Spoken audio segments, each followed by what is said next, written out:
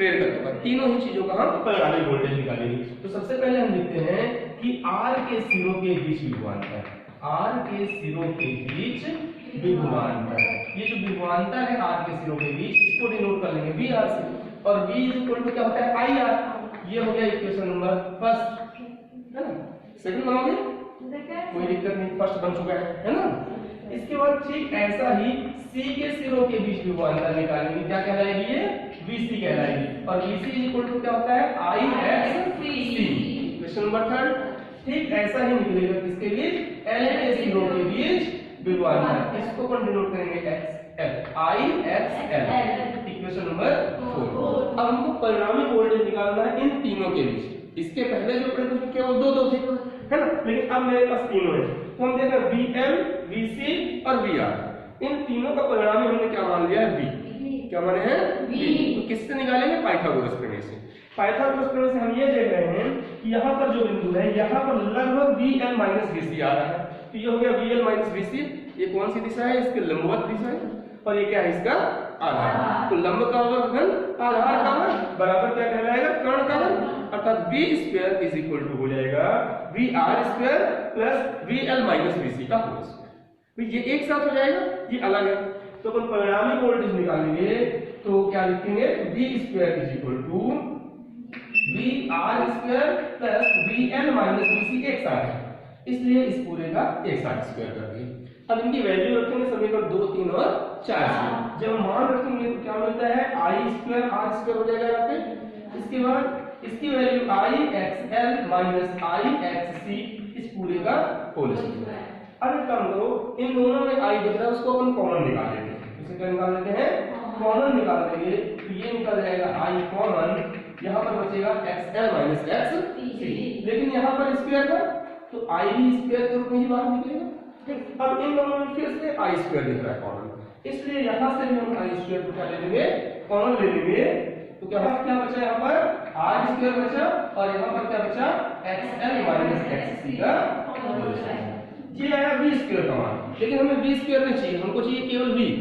तो क्या कर लेते हैं दोनों पक्षों का वर्गमूल निकाल लेते हैं। जब मैं दोनों पक्षों का वर्गमूल निकालूंगा तो V is equal to I square का वर्गमूल निकल जाएगा I, और बाकी चीजों का कोई वर्गमूल नहीं होगा, इसलिए ये सब रूट में रह जाएंगे XL माइनस XC का होल स्क्वायर। ये बना इक्वेशन नंबर 5। यही कहलाता है परिणामी वोल्टेज। इसके बाद हमको क्या निकालना होता है प्रतिबाधा। क्या निकालना होता है प्रतिबाधा। तो प्रतिबाधा के लिए देखते हैं कि प्रतिबाधा क्या कहलाता है V अपॉन I। प्रतिबाधा क्या कहलाती है V अपॉन I। अगर इस I को मैं इधर पक्षांतर कर देता हूं तो V अपॉन I आएगा, उसी को हम क्या बोलेंगे प्रतिबाधा बोलेंगे। तब प्रतिबाधा इज इक्वल टू होता है समीकरण नंबर 5 से। समीकरण 5 से, समीकरण 5 को कुछ मैं इस तरीके से लिख सकता हूं। ये V को मैं I को मैं V के नीचे ले आया, V अपॉन I हो गया। यहाँ पर रूट में क्या बचता है मेरे पास R square plus XL minus XC का होल स्क्वायर। अब यहाँ पर देखते हैं इनकी वैल्यू रखेंगे, ठीक है। तो इसकी वैल्यू रखेंगे, परंतु XL is equal to omega L और XC is equal to 1 by omega C, तथा V upon I is equal to R is equal to Z, इसी को हम बोलते हैं प्रतिबाधा।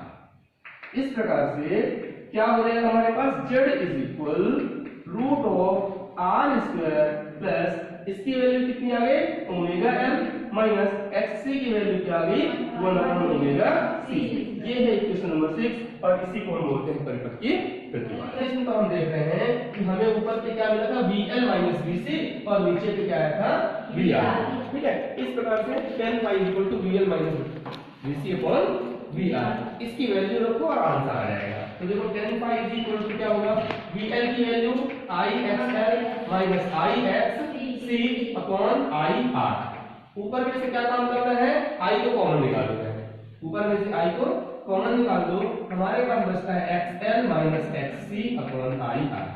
I से I कैंसिल, क्या बचा XL minus XC upon R। ये किसकी वैल्यू है tan phi की वैल्यू है, लेकिन XL और XC की वैल्यू क्या होती है XL की वैल्यू होती है ओमेगा L और XC की वैल्यू होती है 1 बाई ओमेगा C।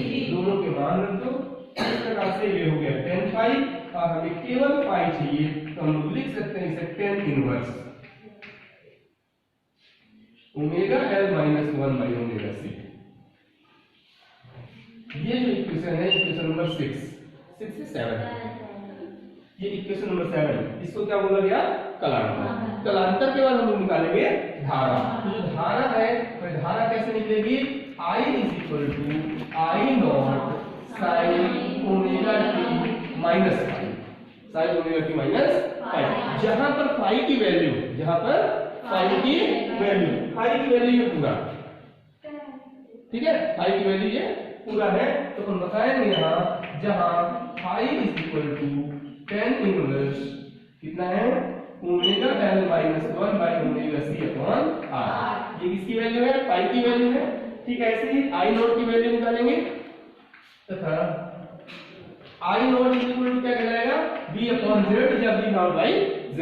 ठीक है, और b नॉट की वैल्यू कुछ नहीं, बस यहाँ पर z की वैल्यू लिखनी है जो कि इसके पहले समीकरण नंबर 6 में निकाली थी। समीकरण 6 में निकाले थे, उस मान को रखना है हमें। तो ये हो जाएगा r square plus omega l minus 1 by omega c का होल स्क्वायर। ये आ गई किसकी वैल्यू, आई नॉट की वैल्यू। ठीक, अब यहाँ पर हमारे पास क्या बचता है, अनुनादी आवृत्ति। ठीक है, अनुनादी आवृत्ति कैसे निकलेगी देख लेते हैं। अनुनादी आवृत्ति, ठीक है, जो अनुनादी आवृत्ति निकलती है वह केवल L और C परिपथ, जब भी कुंडली और धारिता जुड़ी होती है उस कंडीशन पे निकाली जाती है। तो कुंडली और धारिता जब जुड़ेगी तो अनुनादी आवृत्ति क्या होती है, अनुनाद की स्थिति से निकालते हैं। तो अनुनाद की स्थिति, अनुनाद की स्थिति होती है z इज इक्वल टू 0। जब z बराबर 0 है और z की वैल्यू क्या होती है omega l minus 1 upon omega c is equal to क्या कहलाएगी 0। जब मैं इसे पक्षांतर करूंगा तो क्या मिल जाएगा, omega l is equal to 1 by omega c, omega को इधर ले आना और l को इधर ले आना पक्षांतर करके, तो हमें मिल जाएगा omega square is equal to 1 upon l c। हमें क्या निकालना है, ओमेगा की वैल्यू पहले निकाल लेते हैं अर्थात स्क्वायर रूट। जब हम स्क्वायर रूट लेंगे तो omega is equal to root of 1 by l c, परंतु ओमेगा जो होता है वह 2 पाई न्यू के इक्वल टू होता है। ओमेगा बराबर 2 पाई n या 2 पाई f या 2 पाई न्यू कह सकते हैं। यहाँ पर जो न्यू है इसी को हम कहते हैं अनुनादी आवृत्ति। ठीक, तो न्यू आवृत्ति कहलाएगी, इसका मान यहाँ पे रखेंगे, आवृत्ति का मान हमें मिल जाएगा।